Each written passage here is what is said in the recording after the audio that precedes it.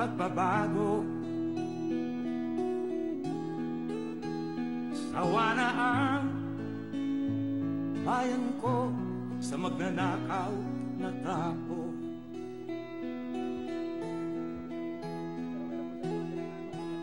Madilim na kahapon, ikaw ang mag-aahon. Sa piling mo, di ko mawawala ang korupsyon.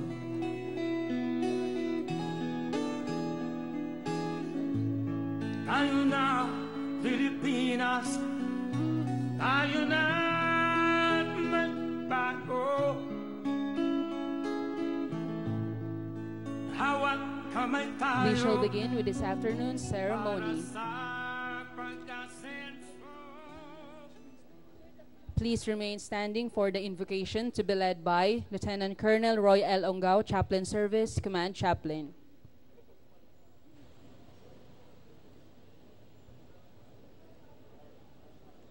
Manalangin tayo.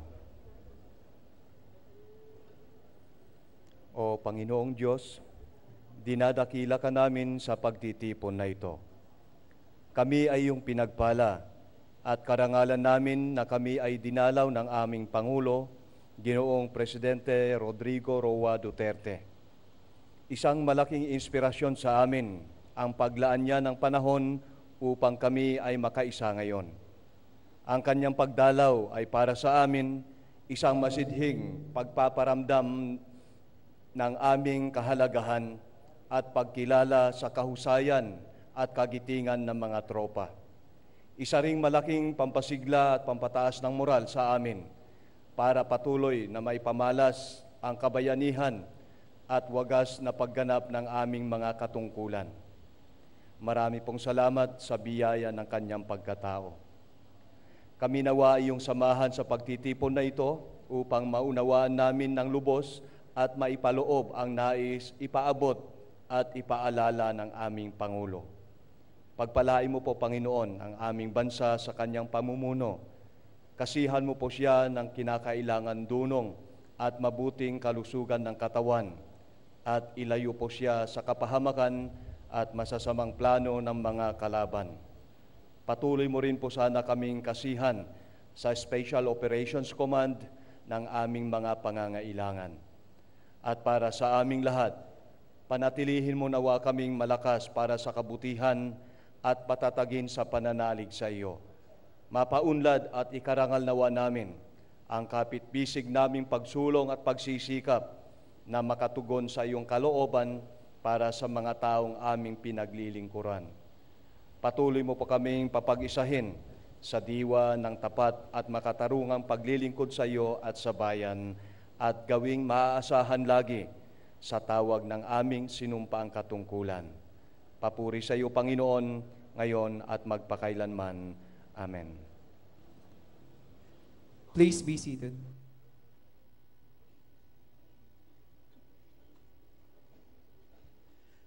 Ladies and gentlemen, welcome to the home of the noble warriors.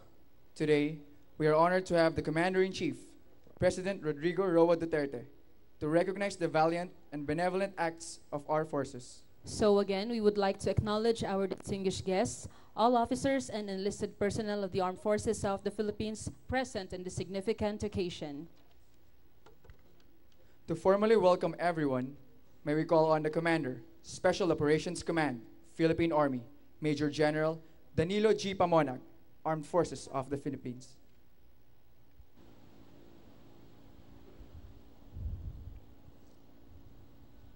Sa ating kagalang-galang na Pangulo na si Mayor Rodrigo Roa Duterte at ang iba pa niyang kasamahan, sa mga pinuno, kawani at mga kawal na nakatalaga dito sa Fort Magsaysay, isang magandang hapon sa inyong lahat.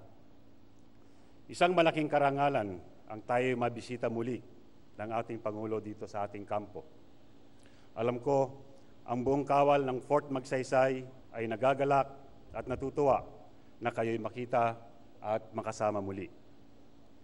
Ang karamihan ng sundalo na nakatayo sa inyong harapan ngayon ay kagagaling lamang mula sa digmaan ng Marawi, habang ang ibang unit naman ay nagpakita ng tulong at suporta sa pamamagitan ng pagpapadala ng kanilang tropa at kagamitan para makatulong sa labanan.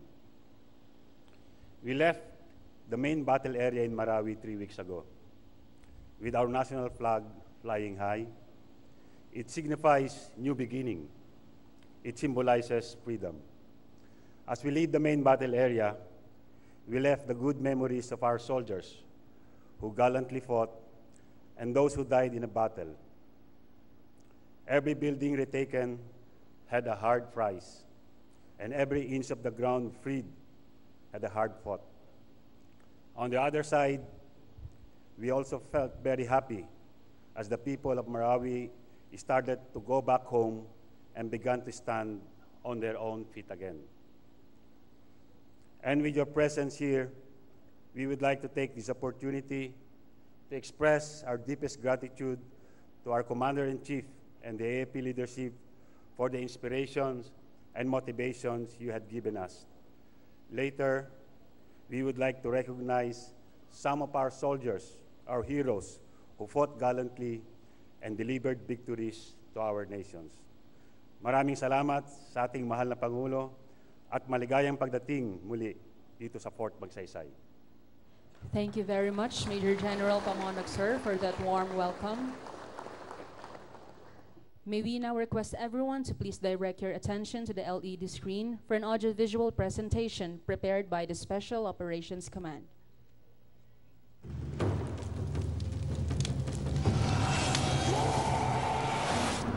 ISIS struggled to maintain its influence in Iraq and Syria. Hence, it sought to expand its reach to Southeast Asia. Rogue groups from Malaysia and Indonesia pledged their allegiance to these terrorists. Then, they began to infiltrate the Philippines through the back doors from the south. The Philippines' war on terror worsened when ISIS encouraged terror groups in the country. On May 23, 2017, ISIS-inspired Maute and Abu Sayyaf groups laid siege on the city of Marawi.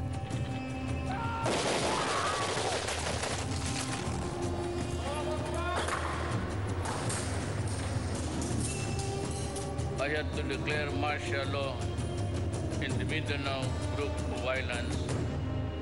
When a nation's freedom is threatened by a fanatical reign of terror, extraordinary men of courage and determination step up to the challenge to liberate the oppressed.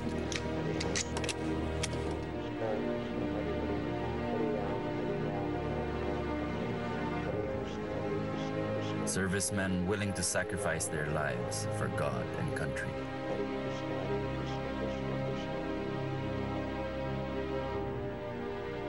Decisive leadership, efficient planning, and the ability to adapt to a complex enemy was crucial in the Battle of Marawi.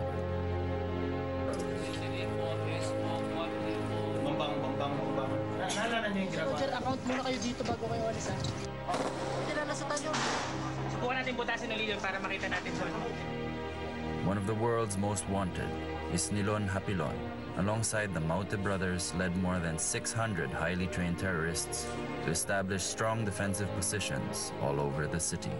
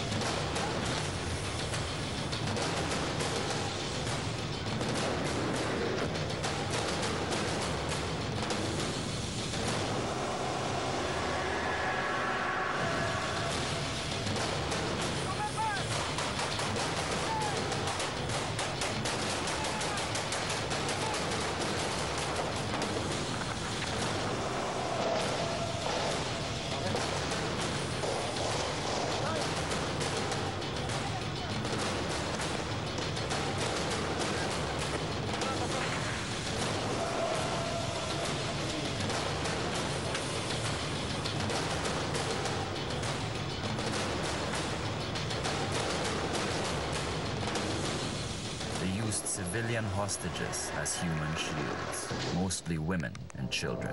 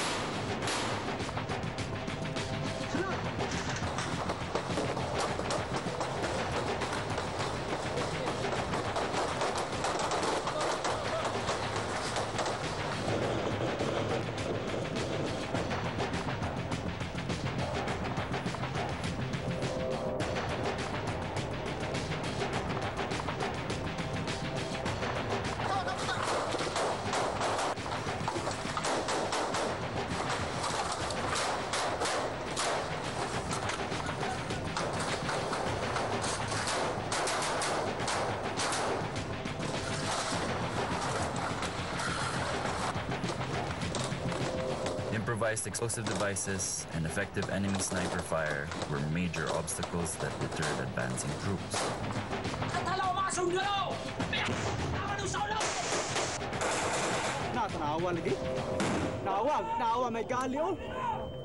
Underground tunnels made them highly mobile.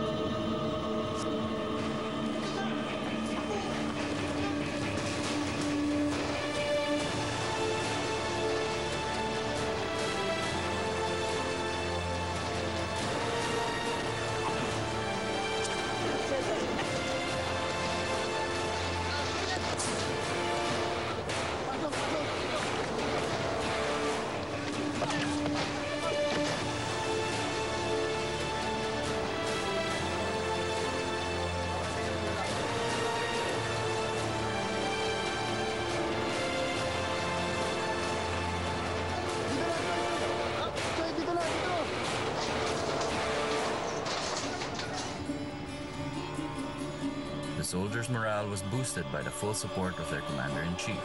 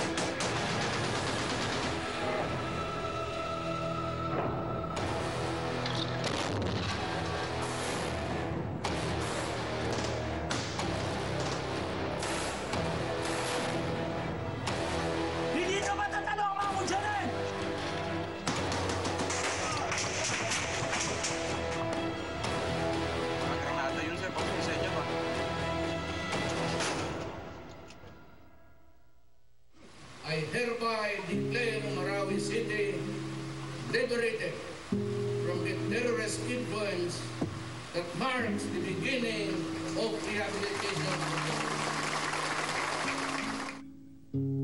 The Battle of Marawi evolved to be the longest and deadliest war the Philippines faced in the history of modern warfare since World War II.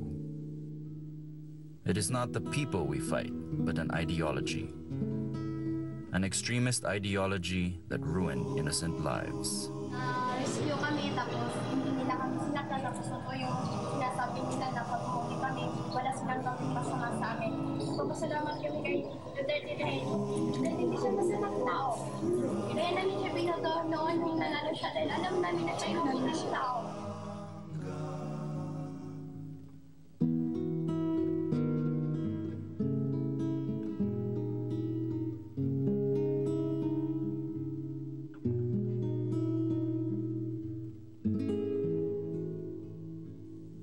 So long as threats to our peace and freedom remain, there will always be noble warriors who stand ready to serve the Filipino people.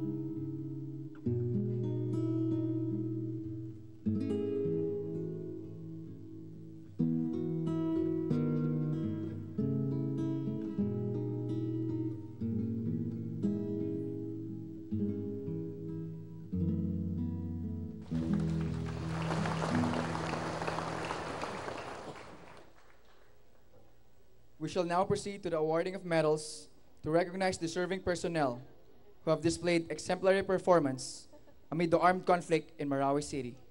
May we request President Rodrigo Duterte, sir, to present the awards, to be assisted by the National Security Advisor, Secretary Hermogenes Esperon Jr., and Commander Special Operations Command, Major General Danilo G. Pamonag, Armed Forces of the Philippines.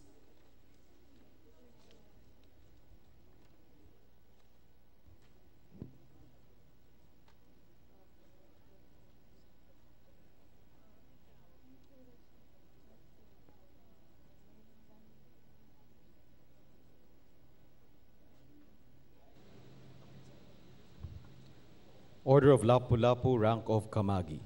The Order of Lapu-Lapu was established in 2017 and is conferred by the President of the Philippines in recognition of the exemplary service rendered by officials and personnel of the government, as well as private individuals, in significantly advancing a campaign or advocacy of the President.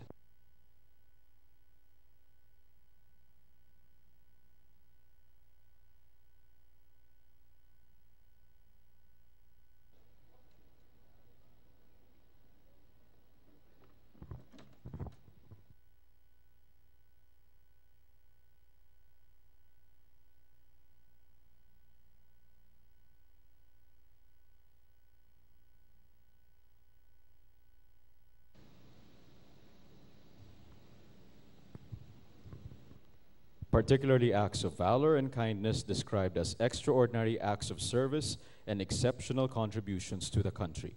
The Order of Lapu-Lapu, rank of Kamagi, is awarded to officials and personnel of the government and private individuals who actively participated in and contributed significantly to an activity pursuant to a campaign or advocacy of the President. The Order of Lapu-Lapu, rank of Kamagi, is hereby awarded to Brigadier General Ramiro Manuel Rey.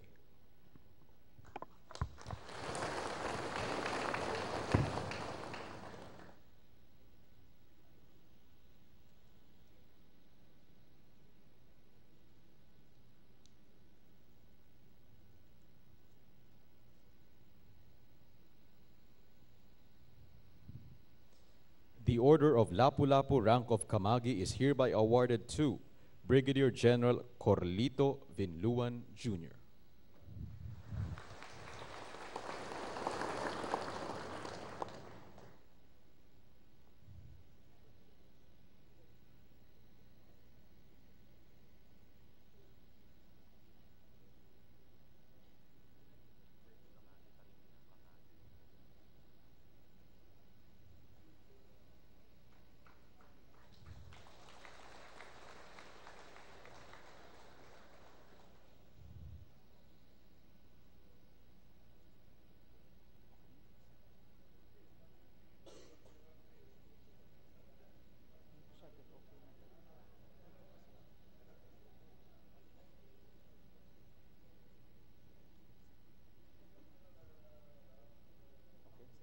The Order of Lapu-Lapu, rank of Kamagi, is hereby awarded to Captain Alberto Balatbat.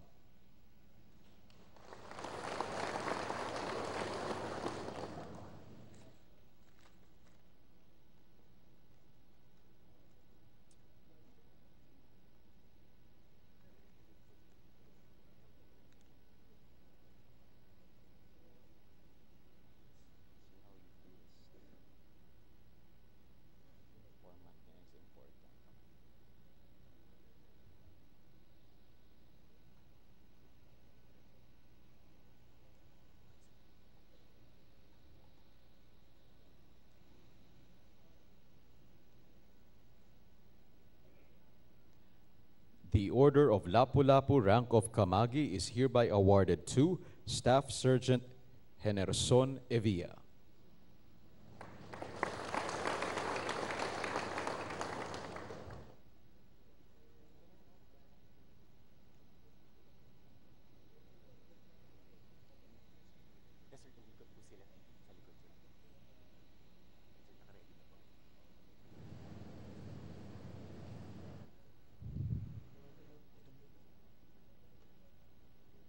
The Order of Lapu-Lapu Rank of Kamagi is hereby awarded to Captain Leonard Del Rosario.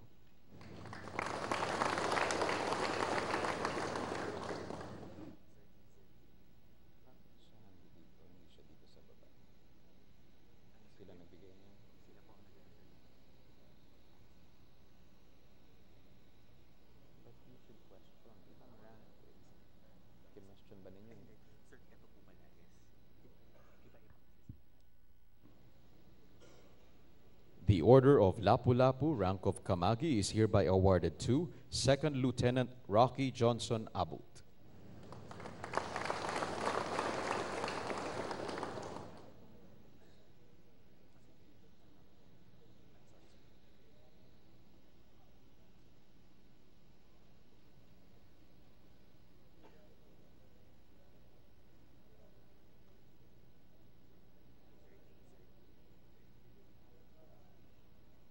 The Order of Lapu-Lapu Rank of Kamagi is hereby awarded to Sergeant Marlon Navidad.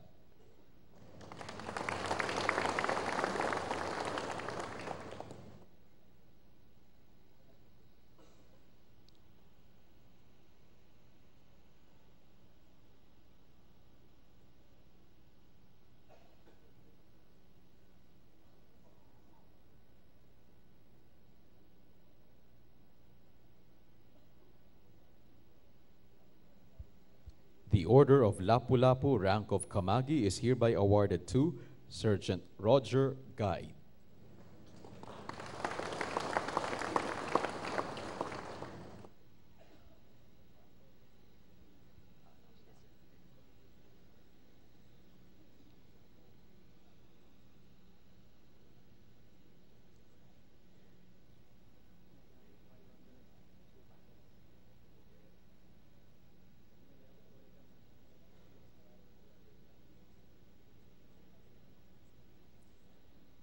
At this point, we shall proceed with the awarding of the Gold Cross. Gallantry in action while serving as Special Forces Operational Base Commander of Special Forces Combat Qualification Course, Class 11-2016, during series of encounters against ISIS-inspired mounted terrorists in Marawi City from 09 to 11 October 2017. The award of Gold Cross Medal is presented to Captain Alberto Balatbat.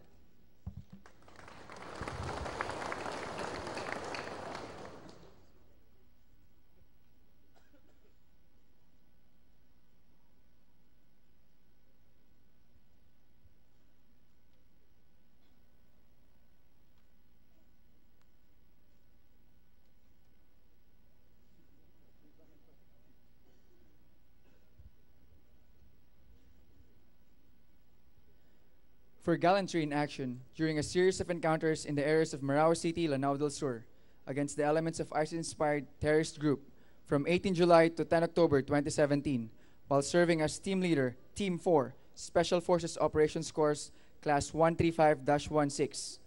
The award of Gold Cross Medal is presented to Staff Sergeant Generson Evia.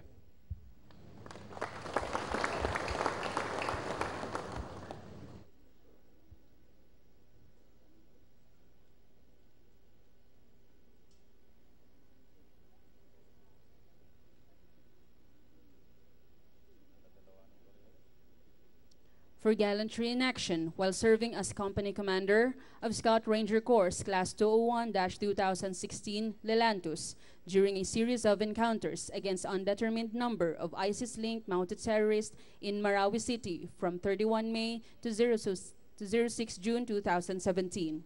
The award of Gold Cross Medal is presented to Captain Leonard Del Rosario.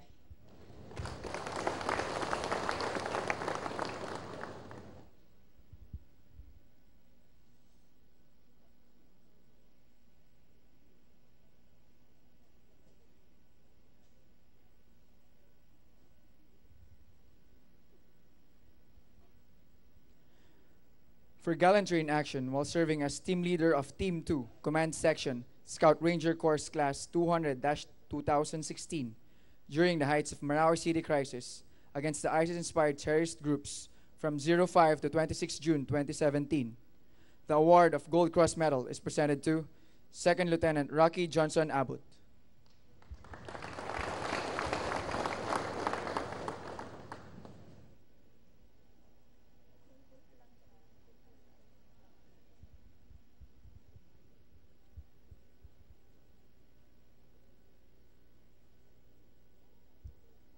For gallantry in action while serving as the platoon sergeant, 1st Assaulter Platoon, 6th Light Reaction Company, during the seizure of Grand Mosque against undetermined elements of ISIS-inspired terrorists on 24 August 2017. The award of Gold Cross Medal is presented to Sergeant Marlon Navidad.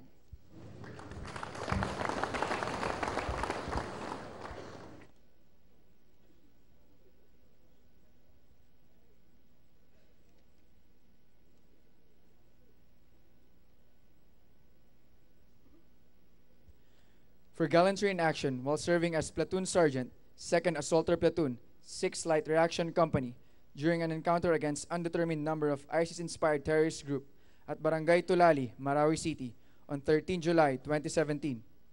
The award of Gold Cross Medal is presented to Sergeant Roger Gaid. By command of Lieutenant General Galvez Jr., Official Fernando M. Reyeg, Colonel, Infantry, GSC Philippine Army, Chief of Unified Command Staff, signed Ben M. Sabaha, Lieutenant Colonel, Infantry Philippine Army, Command Adjutant.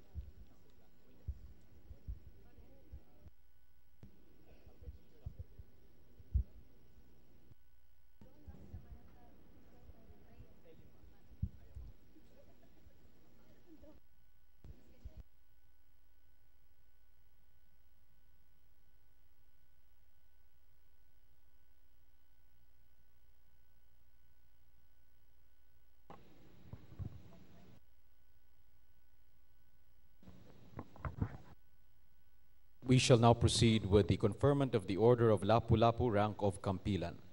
The Order of Lapu-Lapu was established in 2017 and is conferred by the President of the Philippines in recognition of the exemplary service rendered by officials and personnel of the government, as well as private individuals in significantly advancing a campaign or advocacy of the President, particularly acts of valor and kindness described as extraordinary acts of service and exceptional contributions to the country.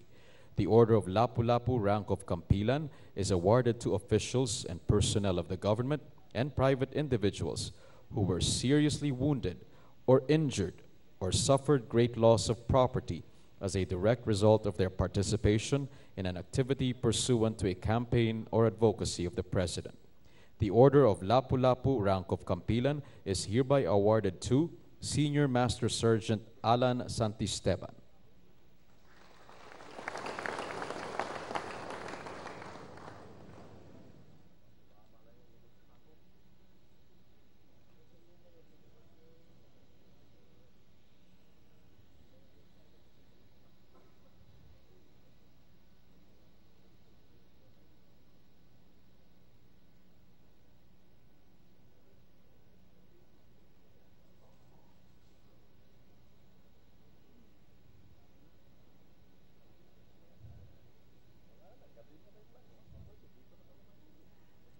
The Order of Lapu-Lapu Rank of Kampilan is hereby awarded to Technical Sergeant Jose Abraham.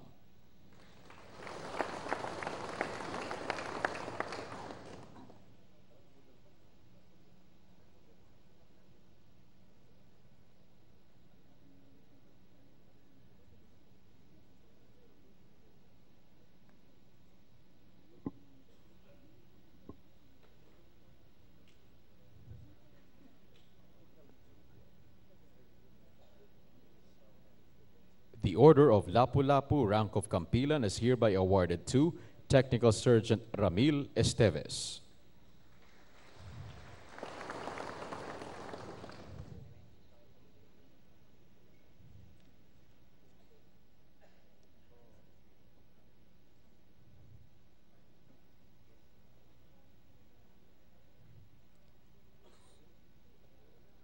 The Order of Lapu-Lapu Rank of Kampilan is hereby awarded to Staff Sergeant Rex Dalida.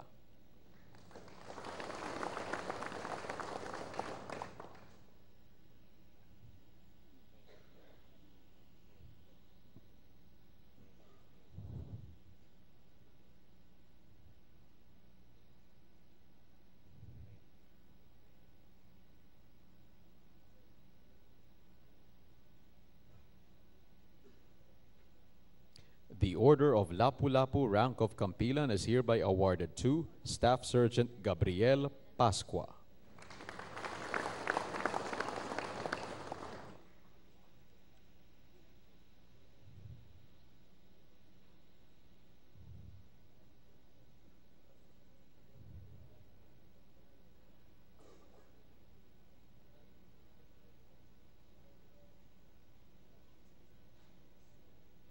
The Order of Lapu-Lapu Rank of Kampilan is hereby awarded to Staff Sergeant Ben Bansan.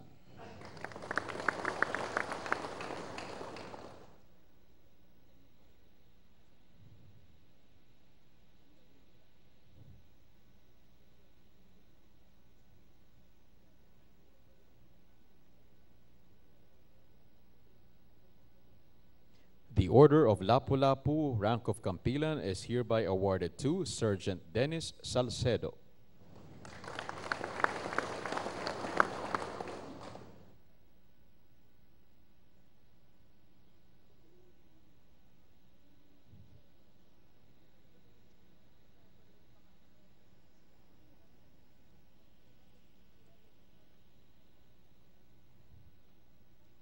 The Order of Lapu-Lapu Rank of Kampilan is hereby awarded to Sergeant Michael Ramoso.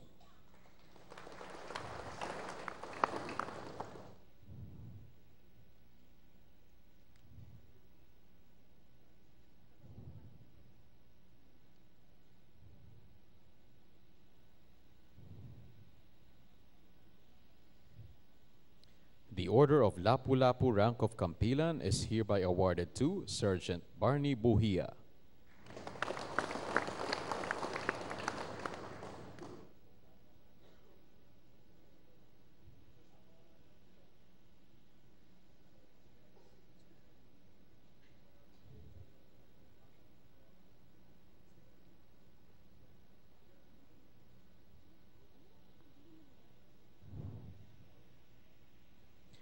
The Order of Lapu-Lapu Rank of Kampilan is hereby awarded to Corporal Joven Gastar.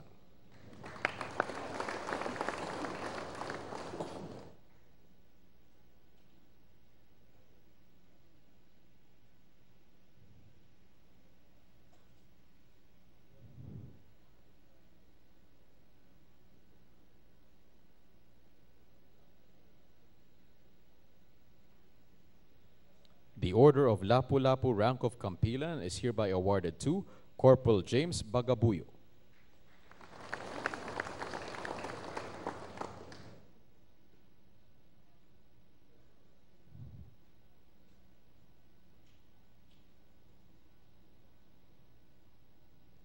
The Order of Lapu-Lapu Rank of Kampilan is hereby awarded to Corporal Leonard Legaria.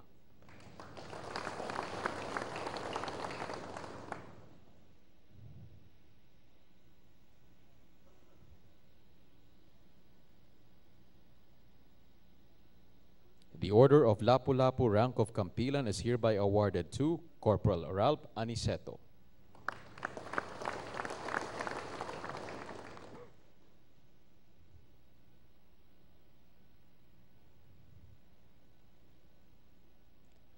The Order of Lapu-Lapu Rank of Kampilan is hereby awarded to Corporal Rowin Narag.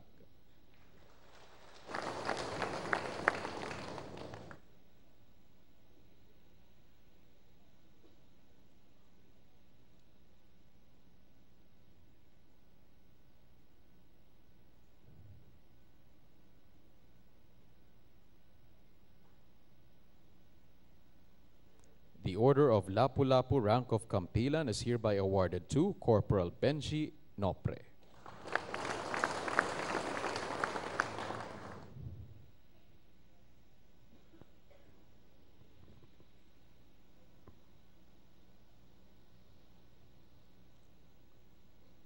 Order of Lapu-Lapu rank of Kampilan is hereby awarded to Private First Class Luke Cesar Demetilio.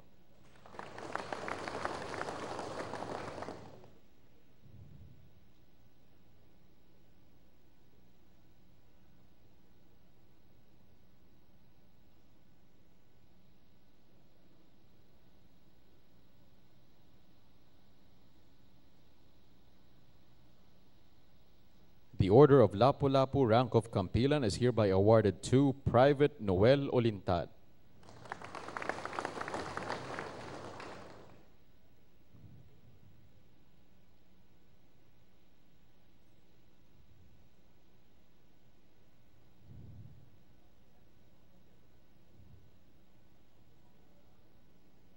The Order of Lapu-Lapu rank of Kampilan is hereby awarded to Private Jonathan Giren.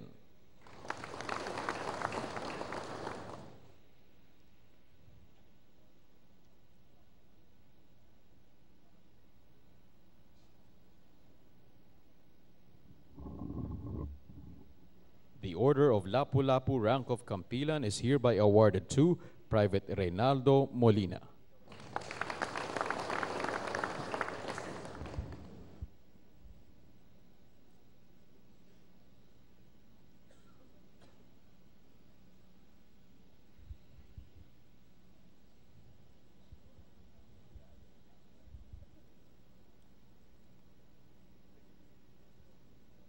The Order of Lapu-Lapu rank of Kampilan is hereby awarded to Private Ronald Daquiado.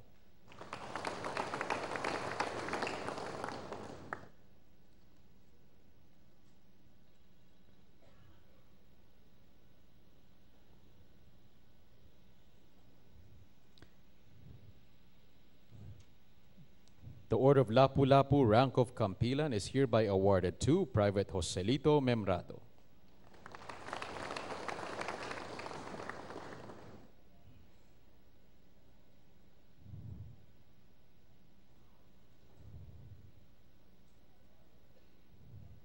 The Order of Lapu-Lapu rank of Kampilan is hereby awarded to Sergeant Alan Bangiran.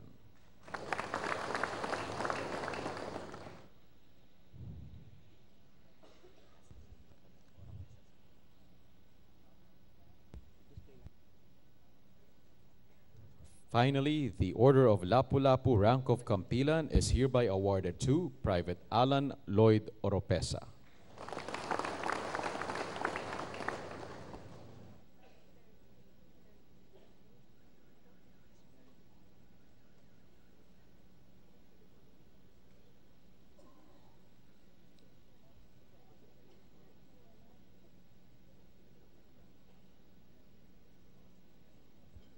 Congratulations to the awardees. Let us give them a round of applause. At this juncture, may we request the National Security Advisor, Secretary Hermogenes C. Esperon Jr., to introduce the Commander-in-Chief, Armed Forces of the Philippines.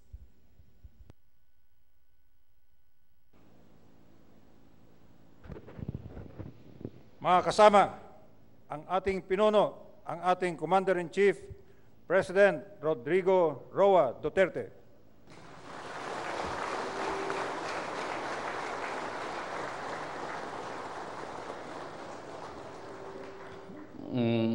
CEO, pakibigay the order of Tikas Pahinga to our soldiers.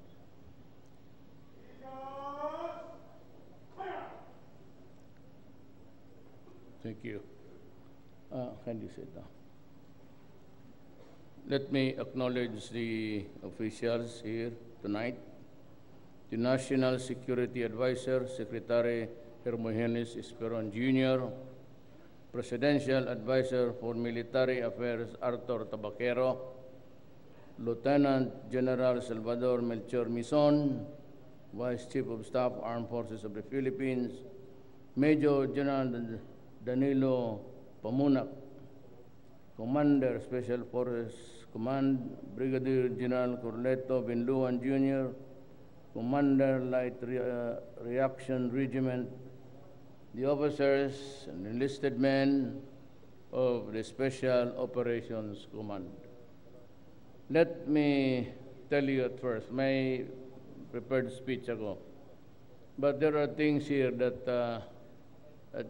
happened during the ASEAN. You know, marami akong natanggap na accolades, but it was not for me. But rather coming from the military attaches of the countries participating and the heads of state and everybody else na nandoon, and they were congratulating me for the Marawi campaign, which to them was successful. Kasi nakita nila sa Middle East, until now, 2 years hence, away pa sila. And considering that we were also fighting in the same environment, doon sa kanila, pareho dito ngayon, sa dapat mabago ang doctrines, is really the urban fighting. So, ang kalaban mo dito, simento pati bakal, and hardly at all yung tao, but only after so much bloodshed. I mourn and extend my condolence to our fallen soldiers. And I say na maraming salamat sa mga sundalong nagpakamatay sa Pilipinas. Yun ang nakuha kong honor na sa inyo muna. Hindi ko kayo binubula, totoo yan. Everybody whom I met during the ASEAN, walang sinabi kung hindi napakahusay ng sundalo mo. You know, ayaw ko lang kasi magyabang, nakukurnihan ako. Pero gusto kong sabihin, kung sa labanan lang, malayo kayo sa amin. Because we have been fighting a war for almost 50 years, insurgency.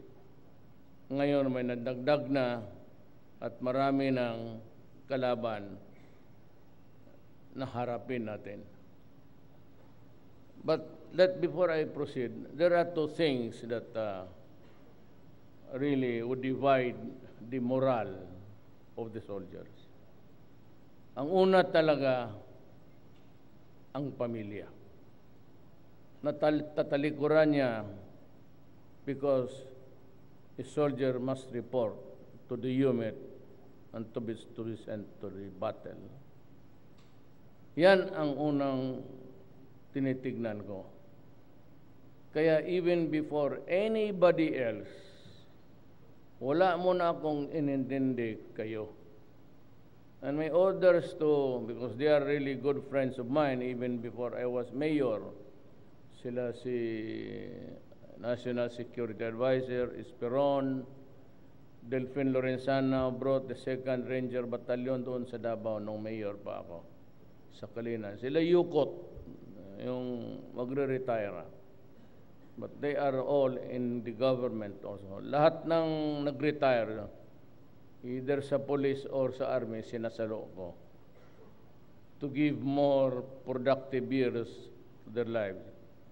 Alam mo kasi yung 56 years old, masyadong maaga yan. Huwag lang kayong magalit, pero lugi ang gobyerno dyan.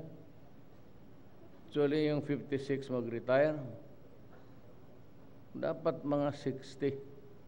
Total, may bago naman pumapasok. Mag-retire naman, malapit na yan. In a matter of 56, 57, 58. Can make it even sa 58, medyo light duties na lang.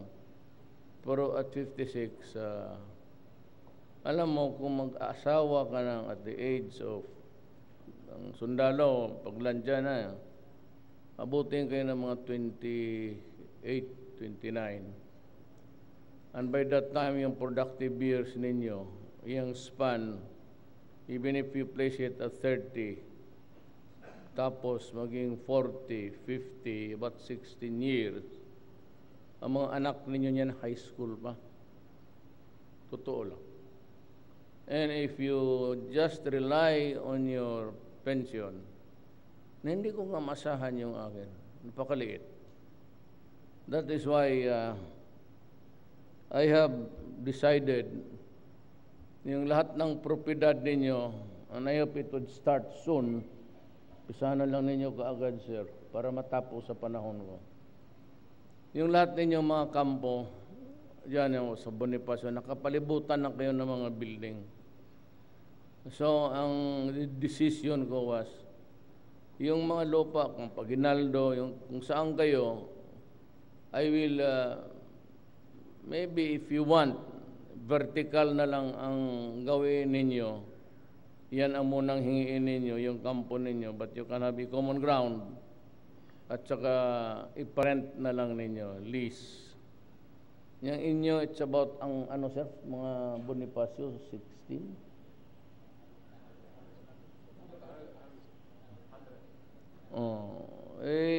Parent ninyo, tapos ilis.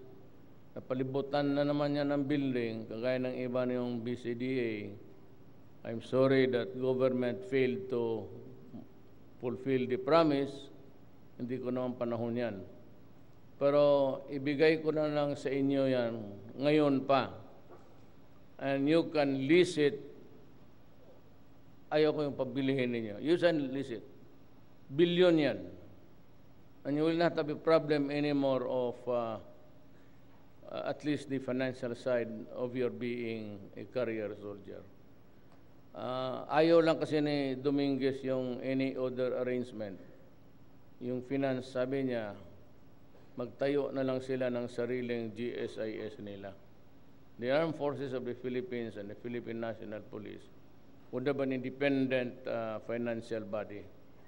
Yun ang mag-manage ng pera ninyo. At tingin ko, with the yearly appropriation, nandyan man talaga yung inyo, the extra income that you get from the real estate business na makukuha, hindi na kayo kukulangin. And even yung incremental increase ninyo sa sweldo, magkapagplano po na. Let alone yung sa gobyerno mismo. So para masiguro talaga na may pera kayo, ready, available, I hope that I can transfer the properties to you next year. Inyo na yan. Hindi na makialam anong kikitain yan first day, inyo na yan.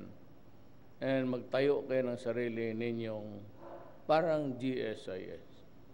Para doon na lang kayo and I hope it would be a successful one. Doon na, hospital, lahat na. But even at that, still, meron kayong yearly appropriation. That money cannot be used for firearms purchases. Life insurance, housing, health, emergency loan. But the proceeds of that money cannot be used to, hindi kasali yan. Problema ng national government. You have the GAA, the General Appropriations every year. Ang inyo nandyan naman.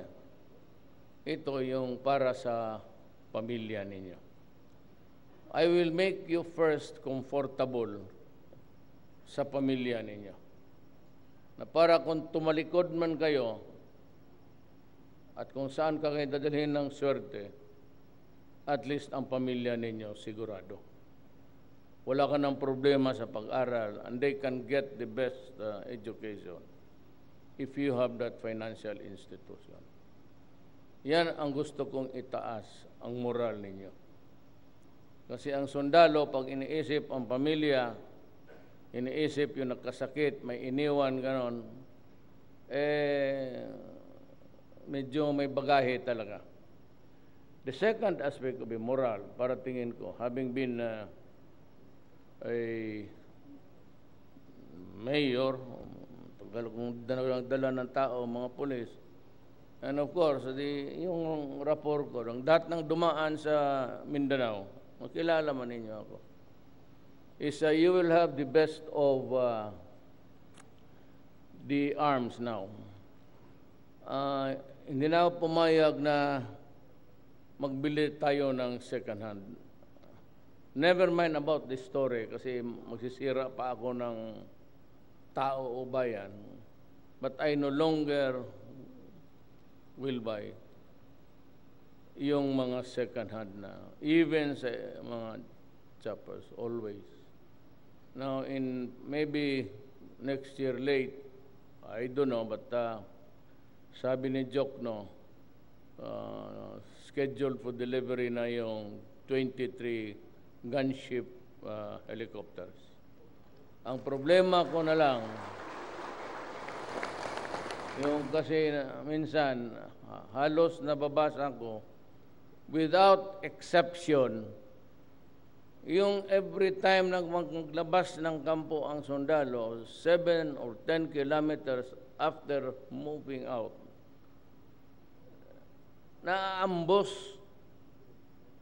Kaya sabi ko, last time nakita kami, sabi ko, hindi masyado ako maligaya dyan sa ganun. Eh, ambos, may 2, 3. Otherwise, may mga reinforcement. But sa unang bully talaga, because you are the targets, may mga tama talaga. Sabi ko, find a way. But since we cannot purchase the transport helicopters now, maybe na on the 3rd year, meron lang kaming pinag-usapan. So long as you have meron ka doon, so what lies ahead. But let us discuss that then among ourselves lang. So meron akong isip na ganon, and I will buy plenty. And even the guns, you just maybe have to reorient yourself. Wala akong problema sa Amerika. Wala akong problema kay Presidente Trump, kaibigan kami. Ang problema sa Amerika, masyadong multiracial. Kaya kanyang values, kanyang ugali, kanyang belief, naghalo yan sila dyan sa State Department and even the Senate. Kung ano-anong intriga doon sa Filipino community, yung mga kalaban, kontrapartido, itong mga gago na ito, naniniwala na naman. So yung 23,000 M4 na in order namin na approve na nung dumaan sa Senate ng Amerika, sabi nila na hindi namin pabilhan yan sa Pilipinas kasi may extrajudicial killing doon.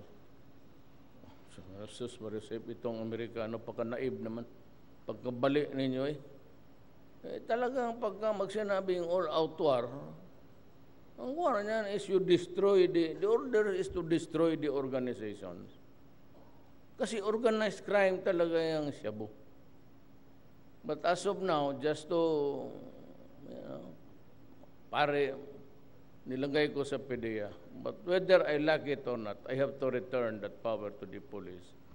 Because surely it will increase the activity of sa shabu. So wala yung 23. I don't know how you perceive me to be at the time. Na basta sabi ko, mag-change ako ng foreign policy. I had to justify myself. Then I went to China. Then I went to Russia. Sabi nila sa Russia, tapos naman, pero bigyan ka namin ng sample. May dumating ang 20 trucks. Kung dyan tayo bumili, mga durable, China, nakita naman nyo, okay na rin. So we can buy from countries outside of America. But we recognize and concede na malaking tulong na ginawa nila sa atin. In the meantime, na yung walang ingay pa yung... ang presidente, walang problema. Yung congressman, pati yung mga senador nila na puro daldal, to suspend the delivery, sabi ko kung ganon, maghanap ako ng iba, hindi ako magpapaipit dito.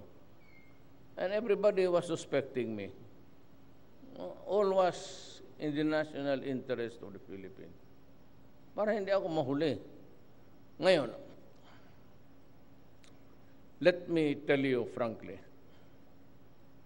itong ISIS, wala na yung mauti. It's really the ISIS. They are running out of the land base sa Syria pati Iraq. ISIS is the Islamic State of Syria and Iraq. That's the meaning of ISIS. They are running out of base. Medyo nako-corner na sila. So they will escape to countries that are sympathetic. Do not get me wrong. Sabi ko, alam naman ninyo na ang lola ko Maranao, lolo ko Chinese. Pero ito, pag naipit itong mga ito, they would go back to the Philippines, especially in the South. And I expect, and we expect, and we should expect that puputok ito one of these days. Again, ang atin lang is pag simultaneous ang attack in 3 cities, 4 cities, malaking sakripisyo yan for everybody. Magulo yan at mahirap i-control. But just so be prepared for it. In the meantime, I'm buying all the available equipments that are needed to fight the rebellion. Di naman kaya ng mga ballistic missile, yung mga multiple rockets, yun ang kunin natin. So, utangin ko na lang. Mahirap naman kasi magsigilang tanggap. Maybe Secretary Esperon will go back there to, ito ngayon credit na, utang na lang tayo. Tapos payable and soft loan 25 years. But we have to borrow to buy the equipments. Kailangan ninyo. That's the second part of the moral is you will have everything you need to fight and win the war. Kung anong kailangan ninyo, binibili ko. Sabihin lang ninyo at bibilihin ko. Walang sekanan. I have the money. I have reserved a certain portion of our income dedicated to the purchase of a new generation of firearms. Sa intelligence, sa lahat. Ayaw ko namang eternally magsige lang hingi. Pangit tignan eh. It will somehow, make it dance sa ating sovereignty or ating independence. But ang balita ko na yung nakapatay sa mga big three doon were Chinese-made sniper rifles. And I am glad that finally they have improved sa ilang metallurgy. Yung may binigay sa ako, Barrett, is this the one? Ito yung binigay sa akin. Regalo ko ito sa inyo.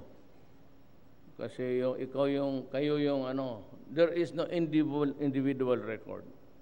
But if you can come up really who's the ace of them all, may isa pa ako doon pero shorter. It's really the equivalent of the Remington yung ginagamit ng Marines, 700? 17. Meron pa ako isa doon. Pero yun i-award ko kung if you can determine who was really individually the highest scorer. In the meantime, itong Barrett na ito is semi-automatic. First, binigay sa akin, anuhin ko naman yan, ang tinatarget ko, babae lang, hindi naman yan. Sa edad ko. Tiniteleskopyo ko yung sinong maganda dyan. Ito, you can have this. And I hope it will contribute to your firepower. Semi-auto yan. I don't know how it works, but I hope that you can improve on it. Kung ganito, pero may order si Defense Secretary na I reminded him of buying more. He said may 14 ata sana in order. But I was trying to find out if it is just like this na wala nang bolt action, matagal eh. Ito mas mabilis, but it requires mastery. Hindi ito basta-basta ito mga semi na ma-perfect mo. Sanay kayo sa talaga. But if it would help, then we can always purchase more. But what is important is that you have the tools in your hands to fight. So meron tayong IS. Meron tayong NPA. Ayaw ko na makipag-usap sa NPA. Sinabi ko na kay Duresa pati kay Belo, nandoon sila sa labas. Tell the idiots I am no longer talking to them. Wala, inaambos naman nila, police, anybody. I'm losing every day. All throughout the country, I'm losing 2 to 3 to 4 soldiers or policemen every day. Kaya nga ako, binigyan ko kayo ng sidearms. Kasi ang inyong main weapon, well, of course, that's the regular M16. Ang problema, paglabas ninyo, wala kayong baril. And you're almost sitting ducks. Well, to date, I have lost about 6 or 7 to the NPAs na naisparo nila na isyuhan yan. I don't mind it. That's war. Gera yan. Part of the statistics na yan. Pero gusto ko kasi nga lumabas kayo na hindi kayo nakahubad. Pero itong mga NPA ang style, pati walang baril, binabaril yung sundalo, pati puli. So, the only thing that's really lacking for you to learn is yung pag-aralan ninyo yung style ng mga Sparrow. I have requested General Stares, PC noon, tapos na police. It was assigned in my region.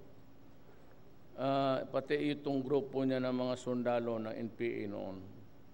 Yet, ito sila, waway, distinguished themselves when they were masiging sundalo na. Kamedalya ito si Waway. When he was an NPA, but may pinag-aralan eh. So, they would go the rounds, maski videotape lang ninyo. Yung paglabas ng bahay ninyo, do not be too careless about your safety. Silipin muna, o may bata-bata, silipin muna. Pag nag-inom ng True Orange dyan, o Coke, na umabot na ng 1 oras, tapos may nakatindig doon sa kanto, 30 minutes pa balik-balik, bantay ka. Kasi kukunin talaga yan. Mainit ang baril sa NPA. Talagang kukunin yan. So ako naman, ratio and proportion, I do not mind pagka ganon. Pero on the average, kung mas marami kayong matamaan, di mas maganda. Mas marami. I intend to complete. Nandyan ang pera, matagal ko nang binayad. Problem is, itong mga gun store, puro hambog. Hindi man pala nila ma-deliver kaagad. As soon as possible. Inuna ko lang yung mga who distinguish themselves. Pero lahat kayo magkaroon yan. At wag ninyong isang ha? Sayang masyado.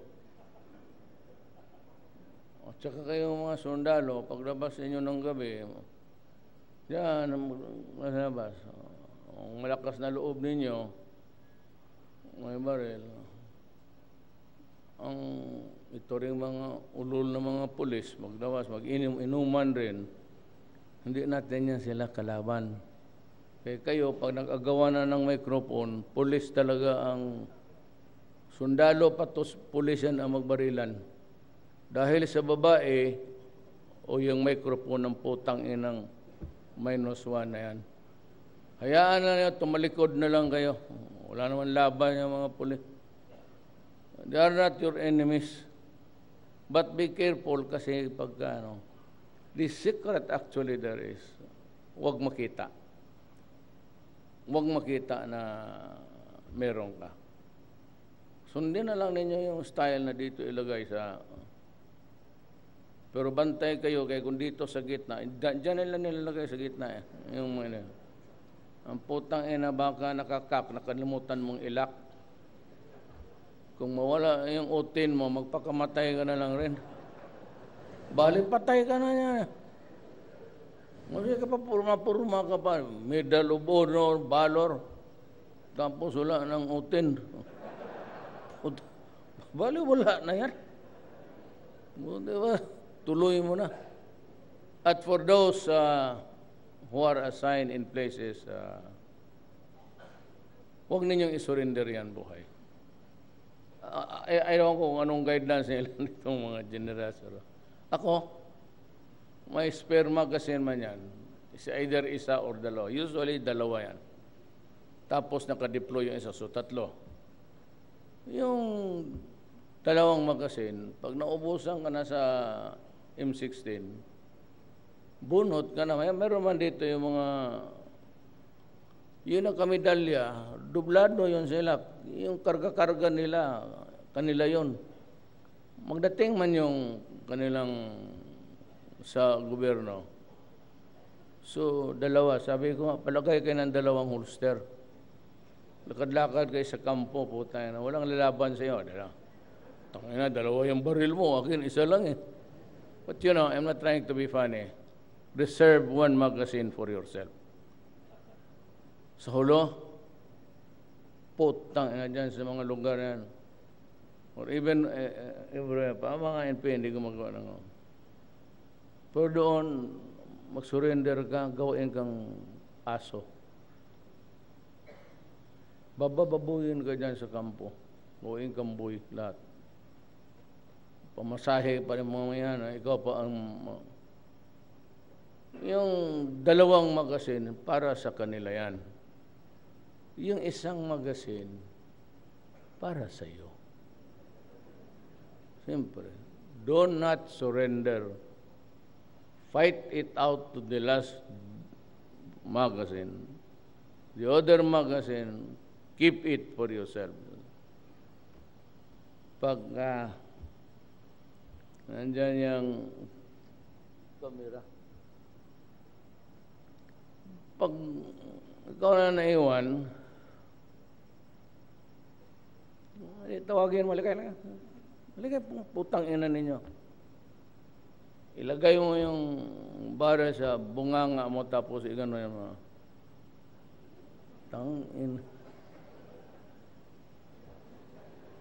Ano titi mo, litse ka. Di tapos, kisa harap ka ng kamera tapos gaganonin ka. That is not the way how a soldier should die. So yan ang kaya, baka makatulong yan sa inyo.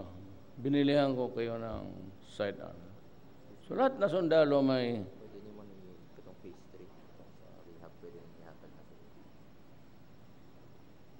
sa payangyawa na yan. Alam mo itong hindi itong gastos natin. We never spent any single centavo. The one official was really complaining about sayang. Sila yung namili. They want it big, tapos spacious. Yan ang nakita nila. Sabi ko, sige, kausapin ko yung military. Ayan yung rehab. Walang takers. Pero actually, nagkamali yung isang ex-general. You know, when you are being treated, you are not supposed to say anybody, not even of your own family for 1 year. Yan talaga ang standard treatment paski dito. Dito, basta nang nababayad ka, dyan sa medical city. Ito talaga, niramihan ng nag-donate. Kasi umaabot nga ng milyon eh. Turns out na walang walang takers ito. Walang takers ito. Sabihin ko sa inyo, because shabu really shrinks the brain. Ito, mabuti lang ito mga hashes, mga heroin, cocaine. Because they grow or they are derivatives of plants. Organic, tanim eh. Itong shabu is a mixture of chemicals. Ito yung pinaka-deadly. Kaya baski anuhin mo yung rehab, basta tinamaan ng shabu, maybe 6 months to 1 year, wala na. Kaya ako talaga galit. You make Filipino a slave to a chemical, tapos sira na. Pag ang tatay mismo ang tinamaan, o nanay, dysfunctional ang family. Wala ka nang tawaging pamilyang Pilipino. Sira na lahat yan. Yan ang problema kasi karamihan, mga kababayan natin, lumalabas. Yung iba nga na alam ninyo, nagpaparape na lang, tinitiis, kumakain ng basura, ang tulog 3 oras. Alam nila nang papadala ng pera, yun ang dinidikita nila. You know, shabu is a drug for the poor. Ang mga mayaman, wala yan, mga Forbes Park, yung may pera, cocaine yan. Cocaine, heroin, or cannabis. All derivatives from poppy, marijuana. Hindi nalaman kasi, Duterte, bakit pinapatay niya yung, you know, it is always an organized crime. May tigaluto, may distributor, may lieutenants, may basurero. Pagka wala ganyan, hindi mabintay ang wala mag-cook o may cook, may shabu, walang nagdidistribute. O di na sa bodega lang lahat yan. Kung may lieutenants ka, yun siya yung tiga-ikot. At saka ngayon, wala na yung bark money. Yung padala bilis, yung mga ganon, they proliferate all around. Meron tinatawag na local delivery from Caloocan to bayad ka lang. Wala yung inspection. Hindi naman sumasakay ng eroplano yan, pati barko. Yan ang problema. Kaya ang droga, gano'n na lang. Gano'n na lang ang hirap ng Pilipinong lumalabas. Huwag na yung iba, yung tayo. Ito, prangkahan ko kayo. Kaya sabi ko, gusto ko habulin ninyo yung GSA na yan. Ako, mag-retire, magkano pension ko? Siguro about 5 times more than you. Kung ma-hospital ako, pagkatanda ko, kaya ko mga 7 months. Oxygen, medicina. Tanungin ko kayo lahat ngayon. Ako, kasi ang lamang ko, malaki ang sweldo ko. Ngayon. How about the others? Yung nagtatrabaho sa gobyerno, yung mga tatay ninyo, papaano yan? Pensyon? Dinagdagan ko lang ang SSS, 1,000, 2,000 lang. Mamahal ng medisina ng diabetes, hypertension. Saan tayo magbilin itong? Dagdagan mo ng isa pang kapatid mo o anak mo may tulorik yung ulo. Hindi abot. Yung pensyon dalawang frugal spending, it's about to. Kaya sabi ko, maaga kayo nag-retire. Dapat yan 60. But anyway, kung makuha ninyo itong offer ko, wala itong sabihin, ganoon, wala, ginamit ng ibang, hindi ako ganoon. Ibigay ko na kaagad sa inyo. Then magtayo kayo ng GSIS. Doon kayo maghiram, malaki, bilyon dyan. Kung punuin mo yung aginaldo ng building, bilyon yan. Sobra-sobra na para sa armed forces. Kung gano'n yung exponential number niyo will just increase by about 15% added, kasya pa rin yan. But remember, itong coming crisis natin, mas matindi ito. You are up against terrorism, drugs, pati NPA. Ayaw ko na talaga makipag-usap sa NPA. Sabi ko, gira na lang. Noon may ceasefire. Mga sundalo ko doon sa Cotabato, pinagbabaril nila. Doon sa Cagayan, mga pulis nakuha na ng hazard pay. Walang kakwinta-kwinta, pinatay 3. Kalukuhan. Yung sa Cotabato, pag-report sa akin, sabi 72 nirakrakan ang what kind of fucking war are you trying to prove to us? Mundalo, 73 gunshots. You are up against ulol. Tayo isa lang ba? Butasin mo yung ulo, tapos. We are not into cruelty and ignominy. Gobyerno tayo. Hayaan mo yan sila. Total, pareho mo yung patay. Kaya sabi ko, ito ngayon, ambos ng ambos, inambos yung pulis, pati yung 4 months old na bata, tinamaan, baliwala sa kanila, sabi ko, that's it. Ang galit ko sa kanila is mag-ambos sila. You know, there is no such thing as an accident. Pag ikaw naghihintay sa ambush site niyan, at sabihin mo kung sino man ang magdaan dyan na gobyerno, hindi mo masabi na, except bata. No. You have the criminal intent to kill. Any other consequences dyan, iyo na yan. Charge talaga sa yan. That's the criminal law of our land. Kaya patay lang ng bata. Bakit pa ako makipag-usap sa kanila? Every time I see spy, pinapatay niya sundalo ko, pati polis ko, niyayari nila. O di gira na lang. Paghinga lang tayo sandali. Tapos ganon rin. Manawarningan ko sila. Nandyan yung TV. I will no longer recognize them as an entity negotiating with government. I will simply declare you all terrorists. Terorista kayo. At yung mga legal fronts ninyo, alam ko, wag na lang tayo magbulan, galing ako dyan eh. You are helping each other, conspiring to topple or whatever to sow terror. We will treat you as a criminal, period. And we will arrest everybody connected with yung mga legal fronts nila. Magdemanda na kayo, magrevolusyon kayo, o anong gawin nyo, wala akong pakialam. Basta ibalik ko kayo as the terrorist group. Ang Amerika kasi, label them as terrorist. Dahil yung pinatay nila si Jasmag. Wala akong pakialam, mag-demonstrate kayo.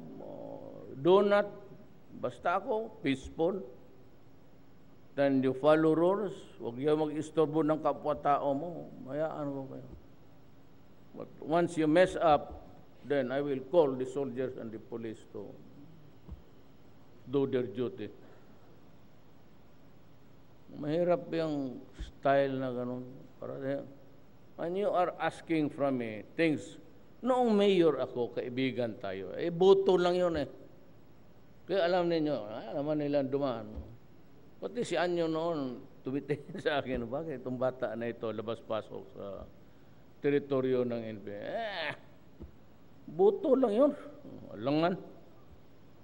Pero ito ngayon, presidente na ako, you make impossible demand. That is not mine to give.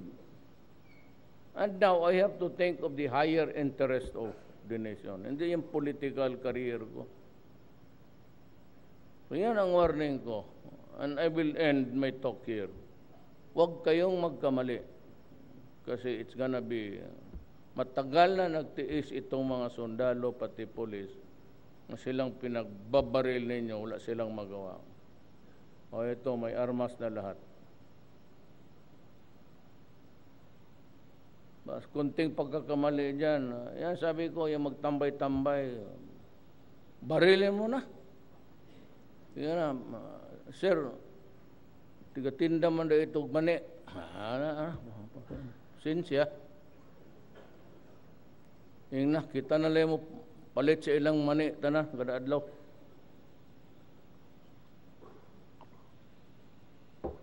There will be mistakes. There will be miscalculations there. But that is part of a strife which we do not want. Ayaw natin. Pero pag pinilit mo ang gobyerno, diyan talaga babagsak. Maraming salamat po. Thank you very much, President Rodrigo Duterte, sir, for that inspiring message.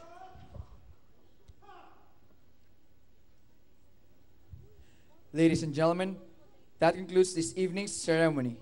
Thank you for gracing this occasion. Muli, magandang hapon at mabuhay po tayong lahat. To commemorate this momentous event, may we invite our Commander-in-Chief for photo opportunity, together with the commanders of Special Operations Command, Special Forces Regiment Airborne, 1st Scout Ranger Regiment, Light Reaction Regiment, and other VVIPs on stage. The National Security Advisor, Presidential Advisor,